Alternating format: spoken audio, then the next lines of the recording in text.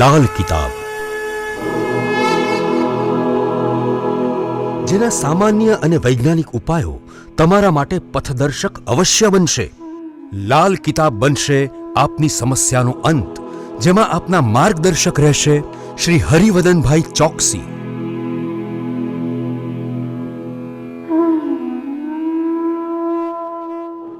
નમસ્કાર મિત્રો, હું હરિવર્ધન ચોકસી આપ સૌનું સ્વાગત કરું છું. મિત્રો, આજના વિડીયોમાં આપનું ખૂબ ખૂબ સ્વાગત.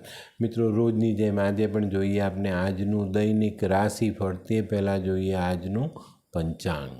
વિક્રમ સંવત 2080 ઈસવીસન 2024, મહવદ સાતમ, રવિવાર, તારીખ 3/3/2024. મિત્રો, આજના સૂર્યોદયનો સમય સવારે 7:02 અને સૂર્યાસ્તનો સમય સાંજે 6:41. આજની ચંદ્ર રાશિ છે વૃશ્ચિક અને આજનું નક્ષત્ર છે અનુરાધા. તો મિત્રો, આજે જેમનો જન્મદિવસ છે એ લોકોને અમારા તરફથી ખૂબ ખૂબ શુભકામના. મિત્રો, કુટુંબ પ્રત્યે વફાદારી બતાવીને ચાલશો તો જીવનમાં ઘણી નામના અને સફળતા કમાઈ શકશો. મિત્રો, આજે જે બાળકો જન્મ લેશે એ લોકોની રાશિ રહેશે વૃશ્ચિક, અને આજના જન્મેલા બાળકો જન્મથી જ ગુસ્સાવાળા રહેશે. તો મિત્રો, હવે જોઈએ આપણે આજનું દૈનિક રાશિફળ. પહેલી રાશિ મેષ રાશિ. મેષ રાશિવાળા, તમે ઘણા દિવસથી કંઈક આયોજન કરો છો મનમાં ને મનમાં. એ આયોજનમાં આજે સારી એવી પ્રગતિ આવતી દેખાય છે. આજે નાણાં ભીડ દૂર થાય, કુટુંબનો વિવાદ આપણે દૂર કરી શકીએ. અને મિત્રો, આજે આપણી તબિયત જો ખરાબ હોય ને તો એમાં પણ સુધારો આવે. પણ મિત્રો, આજે વાહન ચલાવતી વખતે ખૂબ સંભાળીને ચલાવવું જરૂરી છે. વૃષભ રાશિવાળા માટે આજે ધનની બાબતમાં ખૂબ સંભાળીને ચાલવાનું જ. મિત્રો, આજે ધનનો ખર્ચ વધતો દેખાય છે. આજે આવક કરતાં જ આવકનું પલ્લું ઊંચું રહેતું દેખાય છે. તો મિત્રો, સંભાળીને આજે કોઈ પણ ખર્ચા પર ધ્યાન આપવું જરૂરી. મિથુન રાશિવાળાએ આજે પોતાની બચત પર ધ્યાન આપવાનું છે. આજે કરેલા ખોટા ખર્ચાઓ આપણા માટે આગળ તકલીફ લઈને આવતા દેખાય છે. તો આજે બચતને સાચવી રાખશો, જાળવી રાખશો તો ભવિષ્ય સારું દેખાય. આજે કોઈક જગ્યા પર નાણાકીય છેતરપિંડી થવાની શક્યતાઓ પણ દેખાય છે. તો નાણાકીય આપલેમાં સાવધાની જરૂર રાખવી. કર્ક રાશિ. દિવસની શરૂઆત ખૂબ સાવચેતીભરી કરવાની છે. મિત્રો, આજે જો તમારું ધ્યાન કેન્દ્રિત નથી, તમારું ધ્યાન ભટકતું છે, તો આજે તમે ચોક્કસ રીતે નુકસાનમાં ઉતરી શકો છો. સિંહ રાશિવાળા માટે આજે પરદેશથી કંઈક સારા સમાચાર આવતા દેખાય છે. આજે ભૂતકાળમાં કરેલા સારા પ્રયત્નનું સારું મીઠું ફળ તમને મળવાનું છે. આજે કોઈક કામમાં રાખેલી લાભની આશા ફળીભૂત થાય. આજે આમ પણ જોઈએ ને તો નોકરી ધંધાના કામોમાં ખૂબ સરસ રીતે આપણે આગળ વધી શકશું. કન્યા રાશિવાળા માટે આજે આર્થિક બાબતમાં સરળતા આવતી દેખાય છે. આજે કોઈ યાત્રાનો કે પ્રવાસનો વિચાર આવે તો એમાં વિલંબ થતો દેખાય છે. આજે થોડી ઘણી ચિંતા સતાવે પણ પછી સુખના સમાચાર આવે.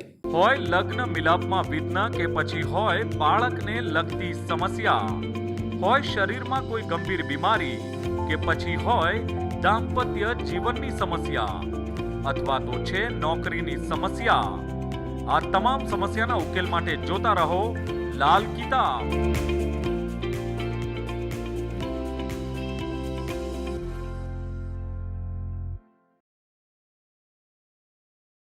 તુલા રાશિવાળા માટે આજે પોતાના સામાજિક કામોમાં માન સન્માન મળતું દેખાય છે. આર્થિક કામોમાં સરળતા આવતી દેખાય છે.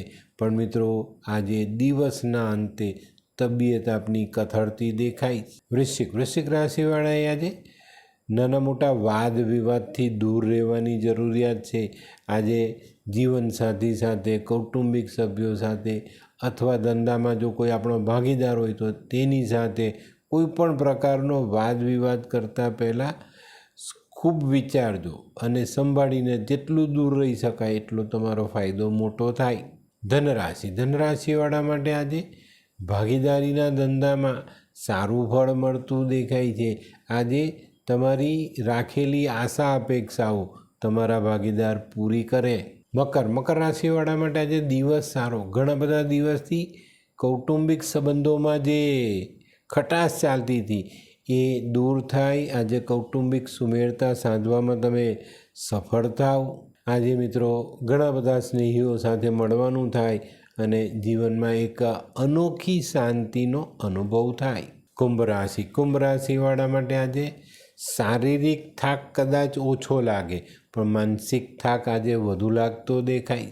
મિત્રો તમારે તમારા મનના મનોરથ પૂરા કરવા માટે હજુ વધુ સમય રાહ જોવી પડે તો નવાઈ નહીં. આજે નાણાં ભીડનો પણ સામનો કદાચ તમારે કરવો પડે.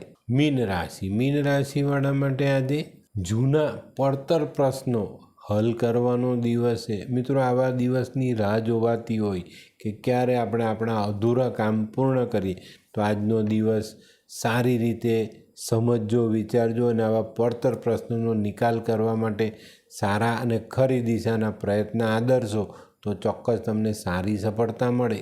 મિત્રો આજે વેપારમાં પણ લાભની તક આવતી દેખાય છે અને વેપારમાં પ્રગતિ પણ આપણે ચોક્કસ કરી શકીએ. તો મિત્રો આ તો તમારા માટે આજના દિવસનું રાશિફળ. હવે જોઈએ આપણે આજનો શું વિચાર.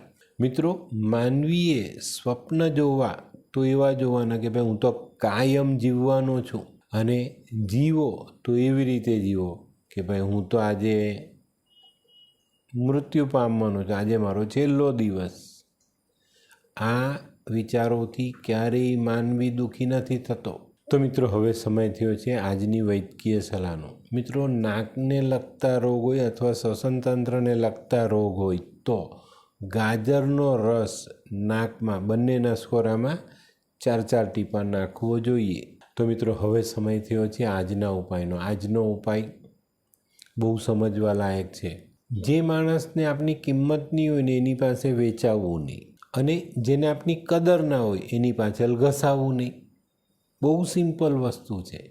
આજે આ વાત ચોક્કસ ધ્યાનમાં રાખીને દિવસ પસાર કરજો તો ફાયદો થશે. તો મિત્રો આજનો વિડીયો ગમ્યો તો લાઈક કરો, શેર કરો. યુટ્યુબ જોનારા શેર કરે અને સબસ્ક્રાઈબ કરે. હું હરિવર્ધન ચોકસી આપ સૌની રજા લઉં. ફરી મળીએ નવા વિડીયોમાં નવી જાણકારી સાથે. તો ચાલો બદલીએ જિંદગી. નમસ્તે મિત્રો.